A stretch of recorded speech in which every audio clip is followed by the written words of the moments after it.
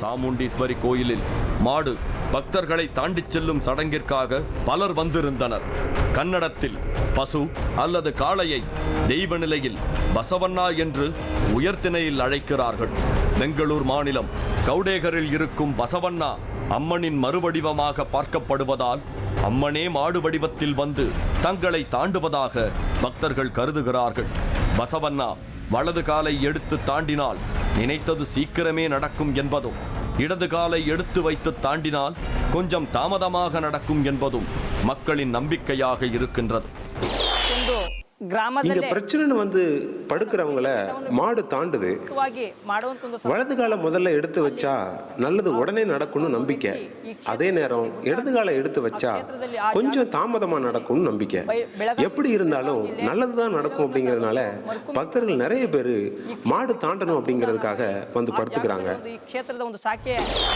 அடுத்ததாக கோயிலை சுற்றி உள்ள இடத்தில் வந்திருந்த அனைவரும் படுத்துக் கொண்டனர்.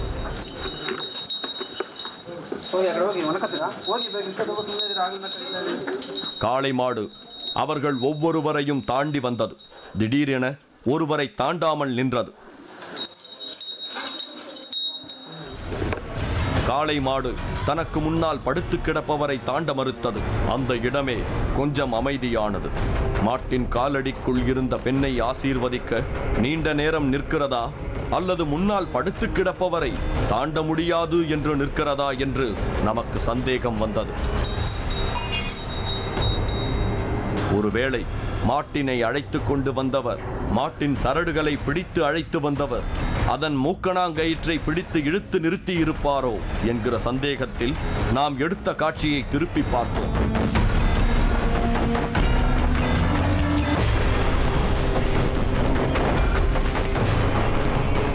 இறுதியாக மாடு தானாகவே நின்றது என்பது நமக்கு புரிந்தது. அடுத்ததாக மாட்டின் காலடியில் படுத்திருந்தவர் எழுந்து கொள்ள மாடு மீண்டும் நடக்கத் தொடங்கியது. கொம்புகளை ஆட்டிக்கொண்டே மாடு நடக்கத் தொடங்க அடுத்து மாடு எங்கு நிற்கப் போகிறதோ என்ற பீதியில் அங்கிருந்தவர்கள் இருந்தனர்.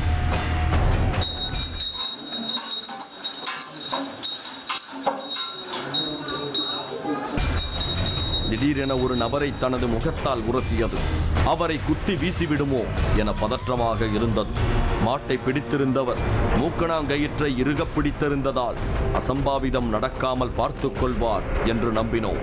சாமுண்டீஸ்வரி கோயிலில் இருக்கும் இந்த காளை மாடு ஒருவரை தாண்டாமல் விட்டுவிட்டால் வந்திருப்பவர்களுக்கு ஏதோ ஒரு பெரிய பிரச்சனை இருப்பதாக அர்த்தம் என்று அங்கிருந்தவர்கள் நமக்கு தகவல் சொன்னார்கள். பில்லி சூனிய பாதிப்பு இருந்தாலும் மாடு ஒருவரை தாண்டி செல்லாதாம். இந்த கோயிலில் வேண்டுதல் வைத்து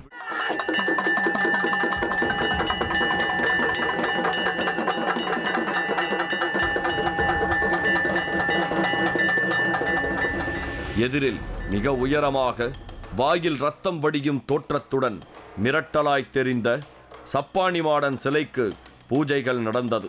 அதற்கு பின்பு பக்தர்களுக்கு விபூதி பூசிவிடப்பட்டது. சுடலையின் சிலைக்கருகே அமர்ந்திருந்தார் ஹரிகிருஷ்ணன்.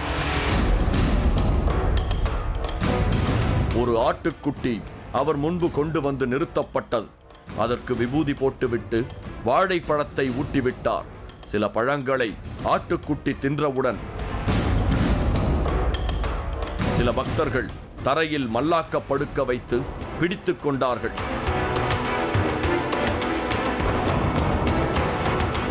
ஒருவர் ஆட்டின் கழுத்திற்கு கீழே அரிவாளால் ஆழமாக பிளந்தார்.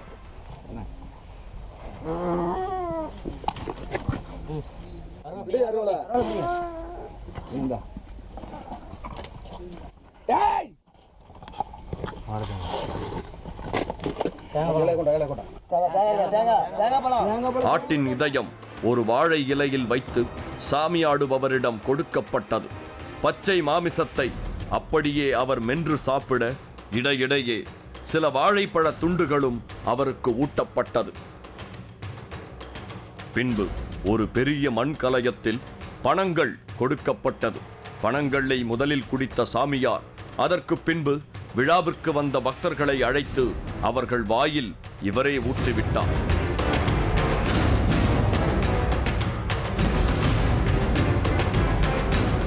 கோட்டை சுடலை ஆலயத்தின் பிரசாதமாகவும் தீர்த்தமாகவும் போற்றப்படுகிறது இந்த பணங்கள். இந்த பணங்கள் தீர்த்தத்தை அருந்துபவர்களின் உடல்நல பிரச்சனைகளும் மற்றும் பல பிரச்சனைகளும் தீரும் என்று நம்பப்படுகிறது. கல் தீர்த்தம் வழங்கப்பட்டு முடித்தவுடன் அடுத்த கட்ட பூஜைகள் தொடர்ந்தன. ஒரு உரலில் ஏறி நின்று உரக்க கத்தினார் கணியர்.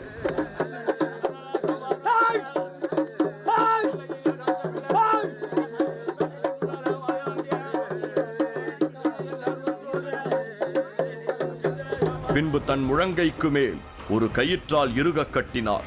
ஒரு கூர்மையான கத்தியை எடுத்து தன் கையில் ஒரு பகுதியில் ஆழமாக கீற ரத்தம் வடிய ஆரம்பித்தது. ஒரு குறிப்பிட்ட எண்ணிக்கையில் உள்ள இலைகளில் அவரது ரத்தம் ஊற்றப்பட்டது. சாமியாடுபவர் கையில் ஒரு இலையில் பிரசாதத்தை பிடித்துக் கொண்டிருக்க கணியன் தன் ரத்தத்தை அந்த பிரசாதத்தில் வடிய விட்டார்.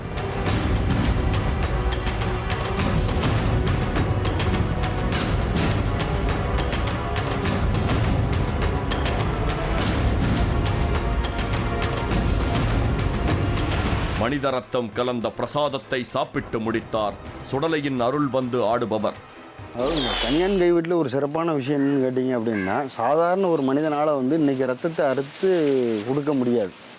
ஒரு விபத்தில் வந்து ரத்தத்தை அறுத்து ரத்தம் வந்து கீழே சிந்தினாலே வந்து பார்த்த உடனே மயக்கம் வர்ற சூழ்நிலையில் இந்த தெய்வக்கணியான்கிற ஒரு பிறப்பு வந்து அவங்களுடைய கையை வந்து சுயநினைவோட அவங்களுடைய ஒத்துழைப்போடு வந்து சுவாமிக்காக வந்து அந்த ரத்தத்தை அறுத்து கொடுக்குறவங்க நரபலிக்கு சமமான ஒரு விஷயம். அது நரபலி வந்து எப்படி வந்து தன்னோட உயிரை வந்து பணைய வச்சு வந்து அதை நரபலிங்கிறது கூட வந்து இன்றைக்கி என்ன சொல்லலான்னு கேட்டிங்கன்னா, அவங்க அனுமதியோடையோ அல்லது அனுமதி இல்லாமலோ செஞ்சுக்கிட்டு இருக்காங்க.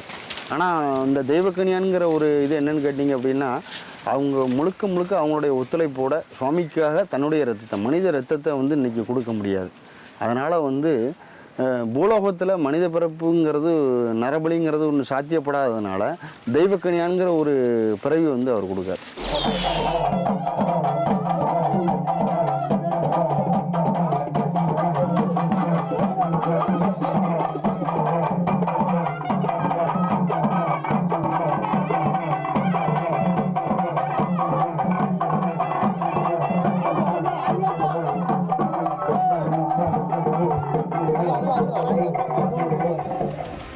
அதற்கு பின்பு பக்தர்களுக்கும் அன்னதானம் வழங்கப்பட்டது.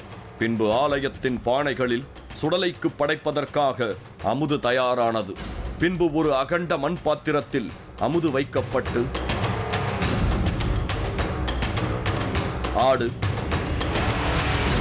பன்றி, கருஞ்சேவல் ஆகியவற்றின் ரத்தம் ஊற்றப்பட்டது. கணியன் மீண்டும் ஒரு கயிற்றை தன் கையின் மேல் பகுதியில் கட்டி ஒரு கூர்மையான கத்தியால் தன் கையை அறுத்தார். ரத்தம் சாறை சாறையாய் கொட்டியது. அது பூஜைக்கு தேவையான அளவு எடுத்துக்கொள்ளப்பட்டது. இதன் இறுதியாக